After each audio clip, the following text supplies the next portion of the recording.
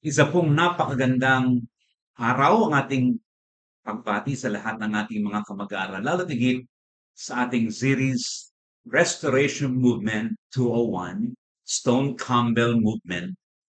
Part 2 na po tayo ngayon. And welcome po sa lahat ng ating mga kamag-aral, sa lahat po ng ating mga patuloy na nakikibahagi sa mga ganitong pag-aaral. Meron pong isang malimit na misunderstood theory in the Restoration Movement. And let me submit it to you.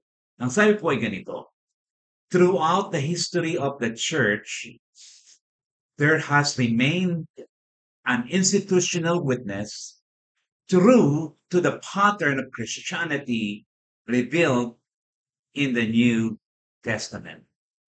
Ito po ang malimit na ipinapasa sa atin at sinasabi sa atin, na tila man din sinasabi sa atin, in other words, that there has been a pristine, pure, continuous, organized institution, which is the Apostolic Church itself from the beginning, na yung pristine na yun, meaning the original, pure, perfect, continuous, as if a line of succession. You can trace a line of succession, kaya continuous, organized, na ibig sabihin hindi po siya isa-isa lamang na magkakahiwalay.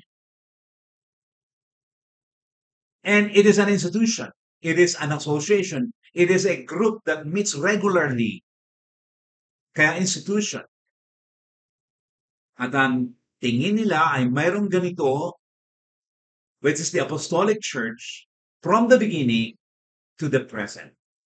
A pristine, pure, continuous, organized institution, which is the Apostolic Church itself from the beginning. Well, James North, a professor of history at Cincinnati Bible College and Seminary during the time, he disagreed with this kind of theory, which kind of James DePorres Murch explained in his book, Christians Only.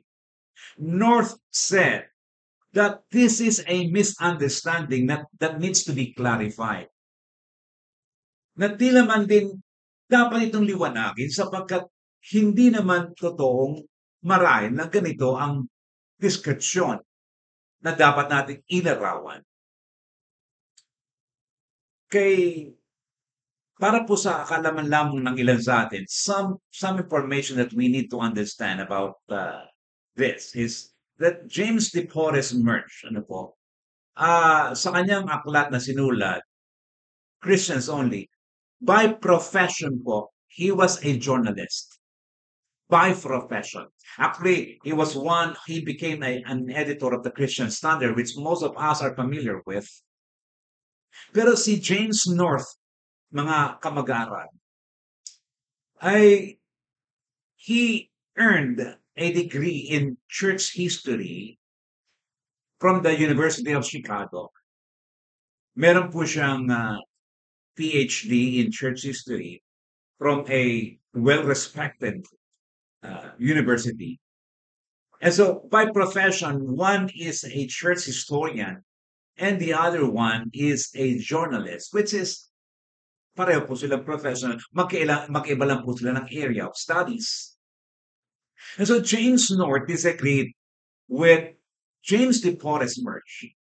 Ang sabi po ni James North kay James DePorres Murch, North observed much of James DePorres Murch claims, and si James DePorres Murch po kasi, he included some names teaching apostolic teachings according to him. Meron daw pong mga grupo ng mga mananampalataya na nagtuloy-tuloy magturo ng apostolic teachings.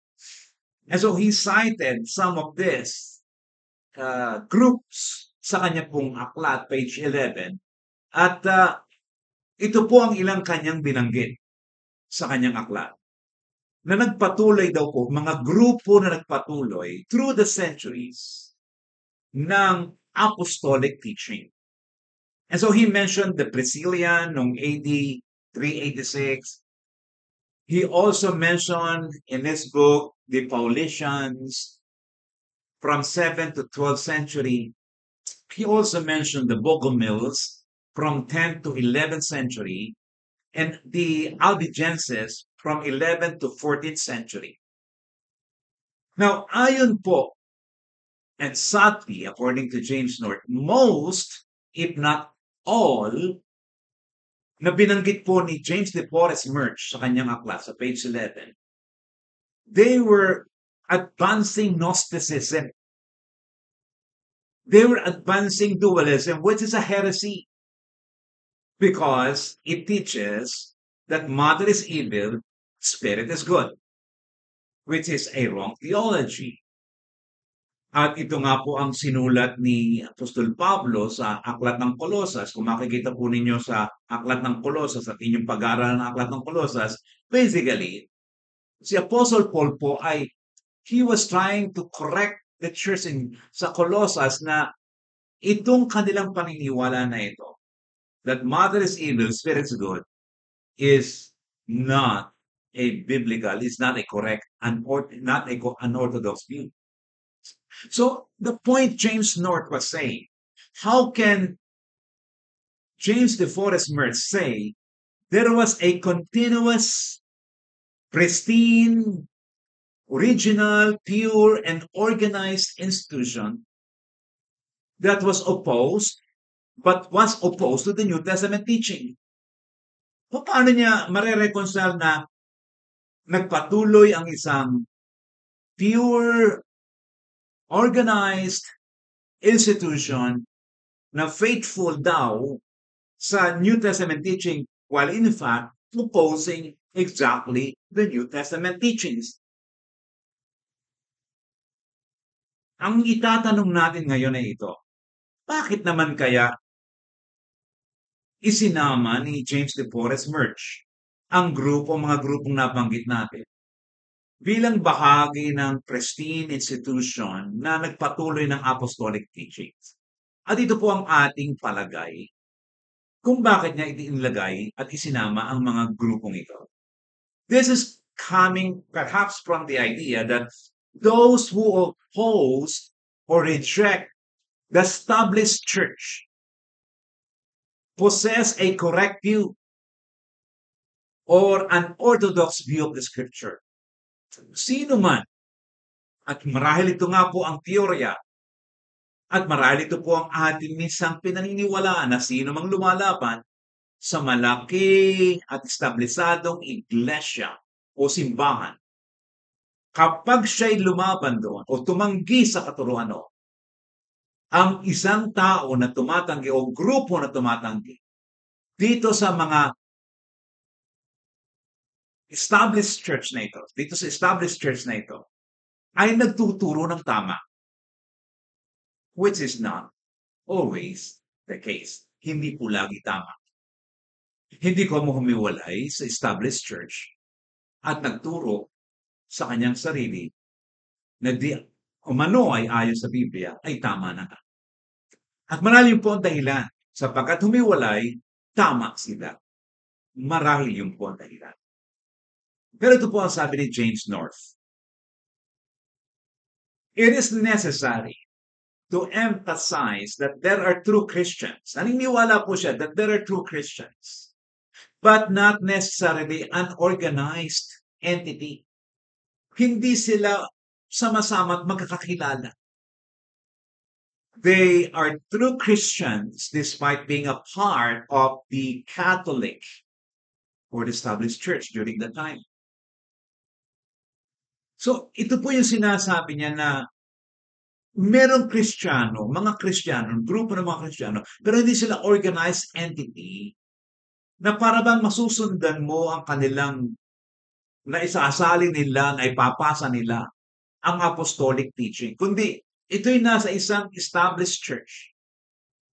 Pero, hindi sila sumasang-ayon sa itinuturo ng established church na ito. At nakikita nila na mayroong malaking mga problema sa doktrina at katuruan na hiwalay at laban sa turo ng banal na kasulatan. Meron po kasing tinatawag na invisible church na hindi nakikita physically na iglesia ng Panginoon na nagpapatuloy po yan, pero hindi siguro, hindi organisadong grupo o asosasyon. Now, let me submit to you another concern or issue in the Restoration Movement. Hindi po lamang yon, kundi isa pa, let me submit it to you, the distinction between the 16th century Reformation, which is sa panahon po ni Luther, ni John Calvin na Zwingli, and the 19th century Restoration movement. So, meron pong 16th century Reformation, and after around 200 years, 300, nagkaroon po uli ng tila man din Reformation, at ito po ay tinatawag na 19th century Restoration. Now, another concern that we can see here is that Alexander Campbell first made a distinction. He first made a distinction in 1823, suggesting that Reformation meant a reforming or a change of the present structure. Yun po ang definition niya. Reformation is a reforming or a change of the present structure. Well, according to him, a restoration means or it meant a return to the original model. Napapakinggan po natin ito malimit. Original model. Original structure. Pattern. So, ganun po dinifferentiate ni Alexander Campbell noong 1823 ang Reformation. Ganun yung dinistinguish ang Reformation, ang 16th century Reformation at ang 19th century Reformation. Alexander Campbell said that what the Reformation had only done was to reform but not change the substance. Naroon pa rin lahat. Meron lang mga na-reforma na bago. Pero naroon pa rin lahat ang tila man din mga bagay na taliwas at mali sa bagong tipan. Now, if you're gonna ask James North, according to his studies and pag-aaral po sa mga sinulat po ni Alexander Campbell, ang sabi niya ay ganito: this seems to be a distinction without a difference. In fact, every reformatory movement has claimed that it is a return to the pure apostolic order. Tila man din dinidifferentiate, pero wala naman talagang pagkakaiba. Kasi lahat naman ng mga Reformation movement, kung ito man ay restoration, ang nais kahit ng 16th century at kahit ng 19th century ay pagbalik sa apostolic order. Iba't iba lamang ang degree ng naabot at narating. And take note that even Alexander Campbell used the word Reformation like he used the words Reformation in the 19th century.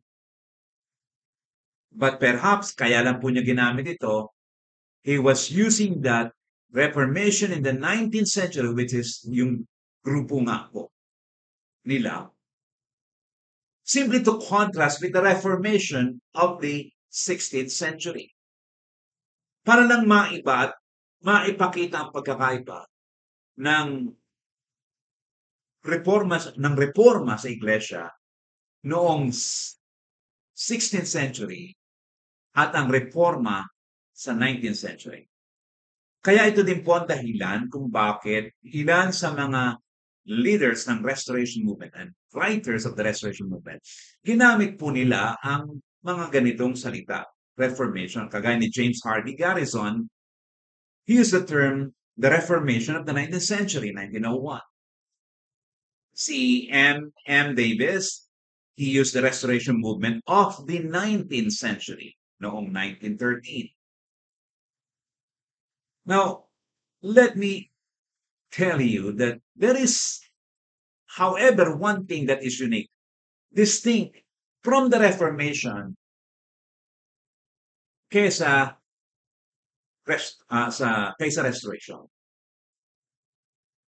Meron po talagang unique. But before I tell you the uniqueness of the Restoration movement, let me tell you na yung pong pagnanais ng Restoration movement na Christian unity, marami na pong nagsabi niyan 300 years before Alexander and Thomas Campbell and everybody else came. Marami na pong nagsasabi ng Christian unity. Marami na pong nag-a-advance at ang kanilang advocacy ay Christian unity. Si John Dewey, 1595 hanggang 1618 noong 16th century. The same thing with Hugo Grotius.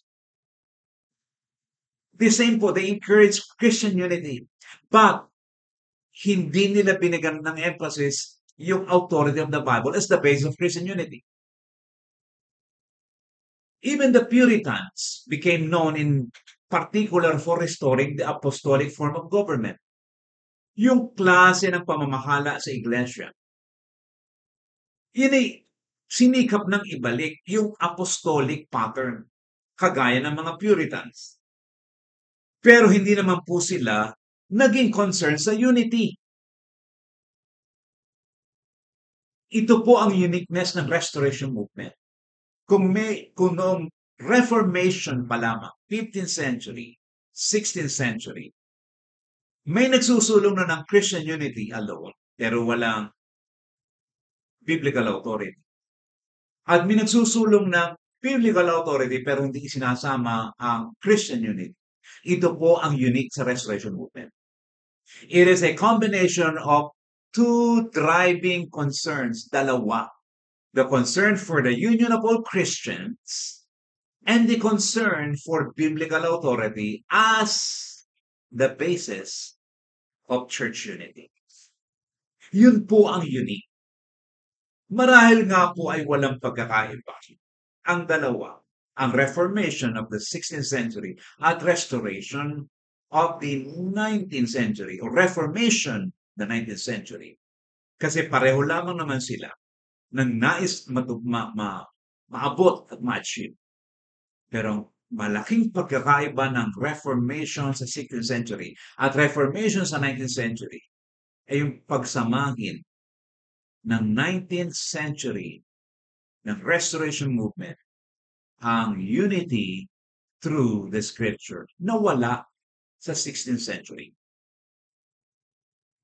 Let me show you and give you a picture ng tinatawag po nating general religious climate when the Restoration Movement began in the U.S.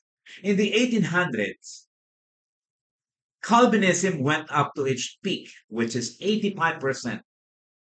In 1790, Catholics were 2/3 of 1% of the American population. And everybody else was a Calvinist. This was the general religious climate nang nagpapasimula po ang Restoration Movement. Not only that, there is another religious climate in America in addition to that. Let me tell you what it is. Most denominations castigated the members of other denominations. And take note, and sheep stealing. Sheep stealing was the favorite practice of preachers and evangelists, more so than reaching the unchurched. Narinig niyo na po yung sheep stealing. And the denominations, the churches, castigated, rebuke others, you're wrong and I'm right attitude, manifesting that kind of attitude. You're wrong, I'm right. And so they were trying to practice sheep stealing. And I think narinig pa rin natin ito ngayon, yung sheep stealing, which during that time, according to the history, a favorite practice of preachers and evangelists than reaching the unchurched. And I hope that it will discontinue. Now, let me show you mga kamag-aaral ang ilang mga issue that led to the formation of the Restoration Movement. Ito po'y parang mga puwersa pero hindi ito ang pinakadahilan. Pero ito ilan po lang ito sa mga tila nagtutulak upang magkaroon ng pagkakaisa ang grupong ito, ang Restoration Movement. Ang mga founding fathers, kung bakit nila naisip na let us unite with what the scripture says. Unity through the scripture. At ang una pong issue na kanilang kinakabakat, nakikita nating issue that led to the formation of the Restoration Movement is what we call the church polity or church organization. Now, issues in the churches ay kagaya po na paano ba ang government ng church? Ano bang klase ng church government ang itinuturo ng Biblia? Let me tell you a story. The Methodist Church was late to the American soil. They started preaching in 1765 only. Medyo huli na po silang nakarating sa American soil. They were from Europe, most of them, and then they traveled and they entered the America, which the new frontier ang tawag po nila. The Methodist Church in America was the Church of England or Anglican Church in Europe. So kung merong Anglican Church in Europe, meron namang counterpart sa North America, ang tawag ay Methodist Church. John Wesley, however, refused to be a part of the Methodist Episcopal Church. He lived and died as an Anglican priest, as the Church of England priest.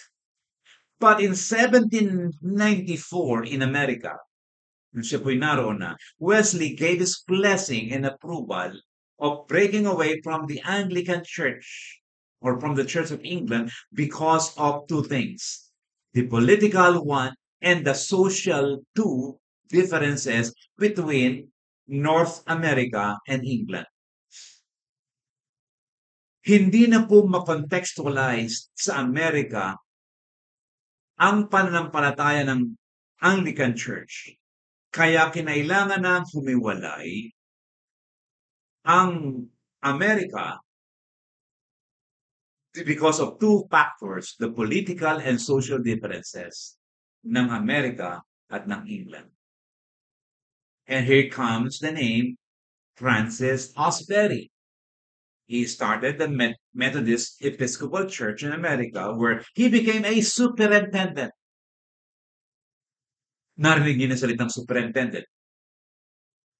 But since the word superintendent for Francis Asbury seemed not an honorific word, para bang kulang pa, hindi pa tagos na tagos ang salitang superintendent.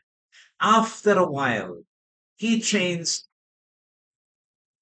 yung superintendent into bishop. He started with bishop, which is an English word of the Greek episkopon, or an overseer. Bishop is an English word of the Greek episkopal, or hindi lang bishop, kundi pwede rin sa English na overseer. Because siya po'y nagsusupervise. Siya po'y superintendent. So sabi niya, mas akma yata ang English word na bishop. Now, here comes the progress. Francis Asbury became the bishop. Isa lamang. The only one who was overseeing in America. As the bishop, he assigned preachers to their circuit o sa kanilang mga preaching destinations. Ikaw, diyan ka pupunta. Ikaw, dito ka. Ikaw, dito ka tayo assign. O alis ka dyan. Ito naman ang pupunta doon. You know what the bishop was doing. And Francis Asbury was doing that. And here comes another name. James O'Kelly. In 1792, O'Kelly, one of the preachers under Francis Osbury, presented the right of appeal to the General Methodist Conference. Kasi meron na po silang General Methodist Conference. And the right of appeal means any preacher who had an objection to the locations Bishop Osbury assigned him. Kung napa-assign ka sa mga lugar na parang, well, I don't think I'm effective here. Can you bring me to another place? Can you take me to another place? Can you assign me to another place? The right of appeal. And so James O'Kelly wrote a letter, ang tawag niya the right of appeal, so that any preacher could appeal to the conference. Nung matanggap po ng Methodist General Conference, the MGC, yung letter po ni James O'Kelly, the right of appeal, na isinagmit, O'Kelly submitted, they divided the petition into two questions. Yung isinagmit ni O'Kelly, ginawa nilang dalawang katanungan. Ang unang tanong ay ito, shall the bishop appoint the preachers to a circuit or to a preaching destination? Pwede bang maglagay ang the bishop sa isang lugar upang doon mangaral ng isang tagapangaral? And the Methodist General Conference passed this one almost unanimously. Second question na kanilang pinag-usapan sa General Conference, shall the preachers have a right of appeal? What happened? The Methodist General Conference turned this down by a large majority. Tinanggihan po ito. The reason given, if appeals were allowed, someone would always be appealing his placement. And that would be very, very hard for the bishop. Kasi lahat ay nag-a-appeal na malipad at paano kung walang may gusto. And so, shall the preachers have a right of appeal? It was turned down by a large majority. And so, when the petition for the right of appeal was turned down, O'Kelly withdrew from the church, taking about a third of the preachers and members, and then he organized the Republican Methodist Church. I don't know what that means by Republican as against doon sa kanyang pinanggalingan ng conference, but he established and organized Republican Methodist Church. Now, ito po ang sabi ni James De Forest Merch sa pangyayaring ito. And we appreciate what James De Forest Merch said. In 1794, these dissidents, meaning yung grupo po ni James O'Kelly, adopted the name Christian Church, declared that the Bible should be their only creed, take note on that, and adopted a measure of congregational polity. Do you see where we are leading? Yung Bible and not the creed, and then congregational polity, kinakailangang mag-adapt ng a measure of congregational, meaning perhaps yung kongregasyon, local, ang magkakaroon ng sariling organization, and not someone over or top of the local congregation. Please note that the departure was not about Methodist theology or evangelistic methodology. Hindi po umalis si James O'Kelly because of those things. The issue, O'Kelly and the other Christians withdrew from, ang issue po was disagreement on church polity. It was this disagreement on the organizational setup ng Methodist na pinanggalingan niya. And so that was quite a story leading sa formation ng Restoration Movement. Wala pa po ang Restoration Movement. Papunta pa lamang po doon, ito po yung mga unti-unting na mga nabubuong mga ulap upang magkaroon ng pag-ulan na tinatawag nating movement or restoration movement. Abner Jones, let me introduce to you. He was converted at the age 20 and he became a Baptist lay exhorter. It was told na si Abner Jones po ay nag-aral ng Biblia by himself without reading a commentary. Wala siyang mga commentary. Basta ang ginawa niya, binasa niya ang Biblia. Binasa niya ng masinsinan, ng malaliman, and here comes, as a result ng kanyang diligent study ng salita ng Diyos, it made him to question three things as a Baptist lay exhorter. Ano po yung tatlong bagay na kanyang nakita na hindi yata upma? Number one, Baptist name. Number two, Baptist doctrine, particularly predestination. He disagreed with that.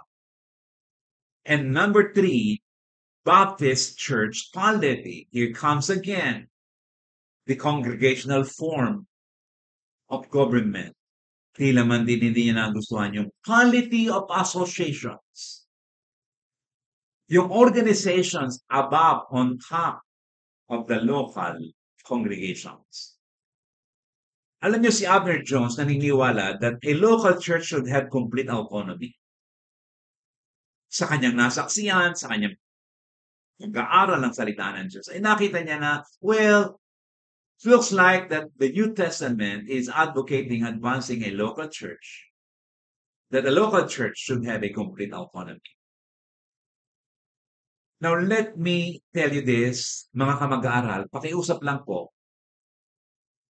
Please refrain from concluding that Restoration Movement follows a congregational type of local autonomy. Na itong sinusunod nila, local autonomy, as a type of church organization because of these historical facts. Hindi po. Hindi po itong sinusunod ng Restoration Movement. Maraming mga Restoration Movement ngayon. Dahilan sa, well, ito yung nakita namin ginawa ni na Abner Jones, ni na James O'Kelly, they disagreed with any church na meron pang organization sa labas ng iglesia. No, hindi po ito ang dahilan. These are only issues leading to the Restoration Movement. But this was never the basis. The Restoration Movement today, if there's still any, believes that churches should adhere and practice local autonomy because of the principles laid down in the New Testament regarding church polity. Ito po ang advokasya ng Restoration Movement, given by the founding fathers. But let me submit to you a Restoration Movement principle based on its historical background on church organization. Na maaaring sabihin po nyo, well, napakaaga naman ng ating pagbibigay ng conclusion dahil lamang kay O'Kelly at saka kay James O'Kelly at kay Abner Jones. Sapat na bang ebidensya yan para masabi natin na yan yung nagbigay ng dahilan kung bakit ang Restoration Movement ay tila man din nagre-reject ng any organization outside the local church? Well, hindi po. Marami po pong mga kwento na may babahagi natin, pero hindi ngayon, kagaya po ng kwento ni Barton W. Stone, meron po siyang mga ganyang mga kwento, si Joseph Badger noong 1826, even Thomas Campbell dissolved the Mahoning Association in 1830s, kasi nga po because of church polity, church organization. And so let me submit to you James North on church polity. Ito po ang kanyang sinabi patungkol po sa church organization. The early history of the Restoration Movement reflects a consistent fear of ecclesiastical organization outside the local church or extra-congregational structure. Laging may takot sa puso ng movement na ito ang magkaroon ng church organization or anumang organisasyon na may kinalaman sa iglesia labas sa local church, labas sa local autonomy o kaya'y tinatawag na extra congregational structure. Lagi pong may takot, consistent fear. And so let me ask you to ponder these questions. Pagbulay-bulayan po natin, pag nilay-nilayan natin, ating tignan ang mga tanong na ito at ating sagutin sa ating puso. Number one, question to ponder, is the restoration movement in 21st century today still demonstrating a consistent fear of ecclesiastical organization outside the local church autonomy? Meron pa kayang consistent fear of ecclesiastical organization? Think about that. Question to ponder number two. Does the restoration movement of today support organizations outside the local church? If so, what are the limits you see? What are the boundaries na nakikita po nyo sa mga pagsuporta ng mga churches outside the local church? Question to ponder number three. When would the brotherhood react? Na para bang, oops, parang kakaiba na ito. When would the brotherhood react to an organization already formed? Or not only react, but overreact to an organization being formed outside the local church autonomy? Ano kaya yung ilang mga bagay na magre-react lamang ng very mild, pero kapag ito na ang pinoporma outside the local church, hindi lang mild ang reaction, talagang overreaction. Ano kaya yun? Question to ponder. Number four, do you think it would matter who is forming an organization outside the local church autonomy? Kapag ito pwede, kapag ito hindi pwede. Nakadepende ba yan? Who is forming an organization? Will it be an issue of who is forming an organization outside the local church? Would someone receive a favor if he were the one who organized? Okay yan, taong yan. And he would be rejected. He would be rejected if he were not the right person forming an organization outside the local church autonomy. Mga magandang pag-isipan, pagbulay-bulay, sapagkat meron nga po tayong history about church organization and emphasizing local autonomy. Pero maganda pong pag-usapan ito at pag-isipan about sa akin. So I am submitting it to you so that you can think about this.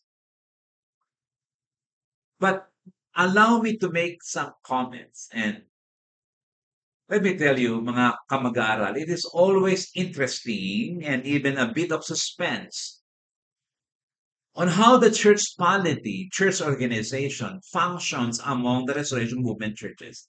Sa akin po, I find it interesting. I always find it interesting and a bit of suspense on how the church organization functions among the Restoration Movement. Nakakaaliw, nakaka-interest, at minsan ay may suspense. Ganon? At hindi po lamang sa Restoration Movement churches, even among churches, ibang grupo, ibang brother, ibang congregations na hindi Restoration Movement. It's also the same thing. It is interesting and sometimes a bit of suspense. Now, let me ask you a question kung papaano nga ba nagkakilala ang ating mga Restoration Movement leaders. Let me give you an idea. At marahil po ay you are wondering how some of the Restoration Movement leaders got to know one another and understood there were others who believed the same thing as I do. Aba, meron palang naniniwala sa Biblia na kagaya ng aking paniniwala na hiwalay sa maraming mga paniniwala ng mga existing churches. Meron palang gano'n. At akala nila sila lamang ang nakapagbasa ng Biblia na gano'n ang kanilang paniniwala at pag-interpret sa New Testament. Pero meron pala silang mga naging kasama. Pero paano sila nagkaugnay-ugnay? Paano nagkaroon ng connect? Paano sila nagkakilala? Considering there was no internet at that time. How did they learn and were able to compare notes? Ito ang isa, ito ang ginagawa ng isa, ganun pala. Well, let me submit to you another truth or principle in the Restoration Movement. And it is this. It is impossible to overestimate the significance of the religious magazine in the Restoration Movement. It is impossible to overestimate. And that is the exact word, overestimate. Kapag po natin sinabi at ginamit yung salitang overestimate, ang ibig sabihin, sinabi mo na yung pinaka-labis, pinakamaganda, the best na pwede mong i-describe kung gaano kahalaga, kung gaano kaganda. Matapos mong ma-describe yung best, kulang pa rin yun. Hindi mo pa rin talaga na-describe kung gaano kahalaga. Yun po ang ibig sabihin ng overestimate. It is impossible to overestimate the significance. Nasabi mo na pinamaganda, kulang pa rin ang pagkakadescribe mo ng kagandahan. Kaya it is impossible to overestimate the significance of the religious magazine in the Restoration. Let me introduce Elias Smith. Elias Smith joined the Baptist Church, and 2 years later, he was ordained in the ministry. Bilang po ordained Baptist preacher si Elias Smith, he resisted hyper-Calvinism, which many of his brother ministers held. Tinanggap din. Ang sabi ng kanyang mga kapwa Baptist preacher, well, I also do not agree with hyper-Calvinism. And so, hindi lamang po siya, hindi lamang si Elias Smith, marami po sila na para bang nagsasabi, well, I don't think that is still what the Bible teaches. At ito pa, Elias Smith also came to the conviction that all man-devised creeds, underline that, should be abandoned as a test of fellowship. He also strongly believed that overhead ecclesiastical organizations, yung organisasyon sa itaas ng local church, were inadequate guarantees of unity. Now, marami po siyang ipinaliwanag, sinabi bilang isang ordained Baptist preacher. Not very long, ang lalaki pong ito, si Elias Smith, ay nagsimula ng isang magazine ng isang babasahin na ang tawag ay The Herald of Christian Liberty. And so, maikwento ko po sa inyo na in 1808, Smith received a letter from a man from Philadelphia. Ito pong si Elias Smith. Nakatanggap ng isang sulat mula po sa isang lalaki na galing sa malayo, sa Philadelphia. Siya po nasa malayong lugar. In short, the man wanted to say kay Elias Smith that the congregation where he attends teaches the same thing Smith believed and wrote in the magazine, The Herald of Christian Liberty. Hey, Elias Smith, yung mga isinusulat mo dyan, kapareho nitong congregation dinadaluhan ko dito sa Philadelphia. Mag-usap nga kayo, magsulatan nga kayo, ipadala niyo sa koreo ang inyong mga usapan. Ipadala niyo sa post office ang inyong mga usapan. At ganun nga po nangyari. Anong nakatulong para mag-ugnayan? Publication, the magazine, The Herald of Christian Liberty. Now, it is enough for now to learn that periodicals or magazines were instrumental in the Christian connections of those who believe the Bible the same as they do. Sapat na po muna ngayon. Sapat na na sabihin natin it is impossible to overestimate the significance of magazine or publications in the restoration movement, in the growth, in the spread of the restoration movement. Sapat na muna yan. Sapagkat through publications, they were able to connect and to get to know one another. Mas madali sana kung meron ng internet nung araw, noong 1800s, pero wala. And so it was through the publications and magazines and periodicals na nagkakakilala sila at nagkakaunawaan and they were comparing notes. May kapareha pala ako doon sa malayong lugar. At noon po talaga ay nagpa-publish ang mga founding fathers, kagaya po ni Barton W. Stone, nag-publish po siya ng The Christian Messenger. Si Thomas Campbell po ay sumulat at nag-distribute ng The Declaration and Address, which we will be looking at here. Si Alexander Campbell ay meron po siyang publication, nag-publish po siya ng The Christian Baptist and later on, he replaced it by The Millennial Harbinger, which he both authored. How I wish na magkakaroon ako ng mga kopya nitong The Christian Baptist and The Millennial Harbinger. Some Bible scholars of the Restoration Movement today still publish either scholarly books or journals. Marami po tayong mga Bible scholars na meron po silang earned degree.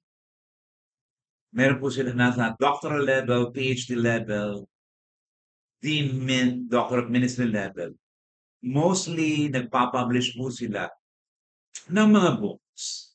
And there are publications where some of our Bible scholars are invited to interact with other Bible scholars in other congregations sa ibang denominasyon. Now, the Restoration Movement still has publishing companies in the United States, like the College Press, Publishing in Joplin, Missouri, and the Christian Restoration Association, CRA, in Mason, Ohio. Meron pa pong publication companies. When I say College Press Publishing at saka Christian Restoration Association, ito po yung Christian Churches, Churches of Christ, na mga publication. Iba pa po ang publication ng non-instrumental Churches of Christ. Just, to be at iba pa rin po ang publication ng Disciples of Christ. Whether our books and journals would help in our dialogue with the denominations around us or other Bible scholars, hindi pa po natin alam. Makakatulong ba itong mga publication itong ating mga books, as we dialogue, as we communicate our position with them? It still remains to be seen in the years to come. Right now, we have not seen much light on this. Meron na pong kaunti. Marami na pong nakikita tayong mga sulat, pero hindi pa ganon kaganap at karami. I'm not saying there's nothing, but meron na po, pero wala pa tayong nakikitang liwanag kung ano nga ang mangyayari because of the publications na nagiging paraan ng dialogo ng mga denominations at ng ating Bible scholars. Now, let me tell you something na nakaka-excite din po. It is great to know that one of our Bible scholars and one of our Bible professors in the then noon Cincinnati Bible College and Seminary, his name is Louis Foster. He was asked to be a contributor in the NIV Study Bible covering Luke and Acts. Kung meron po kayong NIV Study Bible, na kung saan yung Bible po ninyo sa ilalim ay may mga footnotes, at kung yan po ay NIV Study Bible, look at the contributors, doon sa pages ng contributors sa umpisa. At makikita po nyo ang pangalan ni Louis Foster, a professor, a then professor ng Cincinnati Bible College Seminary, Bible scholars, contributing and covering commentaries sa Luke and Acts sa NIV Study Bible. Jack Cottrell was also invited many times to publish a response to the view of Calvinism. Kung meron man, none other than Jack Cottrell. Let me give you an instance, an example. Wayne Grudem, a well-known Calvinist theologian, a professor, an author of a systematic theology. He used to assign his students to read Jack Cottrell's book to understand the non-Calvinist view on certain issues. O kayo, para maunawaan nyo yung mga non-Calvinist view, basahin nyo ang mga aklat ni Jack Cottrell. This means one thing. Jack Cottrell was a respected Bible scholar among the evangelical scholars, katulad ni Wayne Grudem. Now, mga kamag-aral, let me give you a quick review of the things we discussed today. There was so much. I hope that inyong mahihimayan, patuloy pang mahihimayan lahat ng ito so that we can continue to explore the Restoration Movement history. So let me give you a quick review of the things we talk about today, discussed today, that there is this often misunderstood theory in the Restoration Movement, and that is throughout the history of the church, there has remained an institutional witness true to the pattern of Christianity revealed in the New Testament, which James North disagreed with. Yes, there are true Christians in the established church, but not an organized entity. That kind of church is not a visible church, but an invisible church. Isang iglesia, tinawag ni Kristo na kilala niya at alam niya kung sino ang sa kanya. That's why this theory is called a misunderstood theory para po kay James North. Another thing that we talk about today is that the early history of the Restoration Movement reflects a consistent fear of ecclesiastical organization outside the local church or extra congregational structure. Nakita po natin yung consistent fear noon. I don't know about today. At kung meron man ngayong fear of ecclesiastical organization outside the local church, nasaan ang boundary? Nasaan ang limitasyon? Pinapayagan pero hanggang dito lamang. Alin kaya yung hanggang dito lamang? Ang gandang pag-usapan, ang gandang pag-aral. And we also talk about this truth or principle that it is impossible to overestimate the significance of the religious magazine in the Restoration Movement. Ang hirap tingnan kung gaano naging napakabuti, napakaganda, napakalaking tulong ang religious magazine upang magkaugnay-ugnay ang puso, kaisipan, kalooban ng mga founding fathers ng Restoration Movement. Na tinawag din na the Reformation of the 19th century or the 19th century restoration. Kagaya ng ating pinag-usapan sa araw ngayon. Mga kamag-aaral, maraming salamat po sa inyong katyagaan at pagsumikap na ako'y samahan sa pag-aaral po ng Restoration Movement history. Maasa po ako na nakakatulong po ito, mga impormasyon na ito upang makilala natin kung sino tayo, maging maliwanag kung sino nga ba ako sa aking kinalalagyan at kinabibilangan sa mga panahon ito. Ano nga ba yung nakaraan na maaari kong masariwa, masalamin ang aking sarili at ang aming lokal, ang aming iglesia upang mas makita ko pa at makilala ko pa ang aking sarili. Sapagkat kung kilala mo ang iyong nakaraan at kung alam mo kung ano ang iyong nakaraan sa pamamagitan ng mga tao at mga pangyayaring ating pinag-usapan, baka mas makilala mo ngayon ang mga nangyayari na gaganap sa inyong iglesia lokal, sa inyong probinsya, at mismo ikaw ay magkaroon ng paliwanagan sa mga bagay na ito.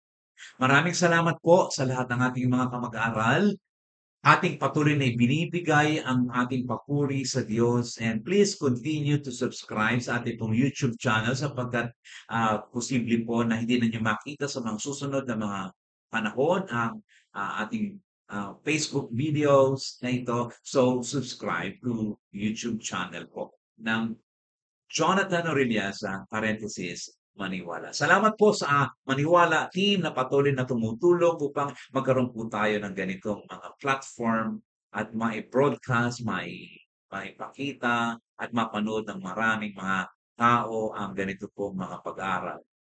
Hindi lamang ng Biblia, kundi ng history. Muli po, nagpapasalamat sa inyong lahat. Hanggang sa muli, Jonathan Orellasa.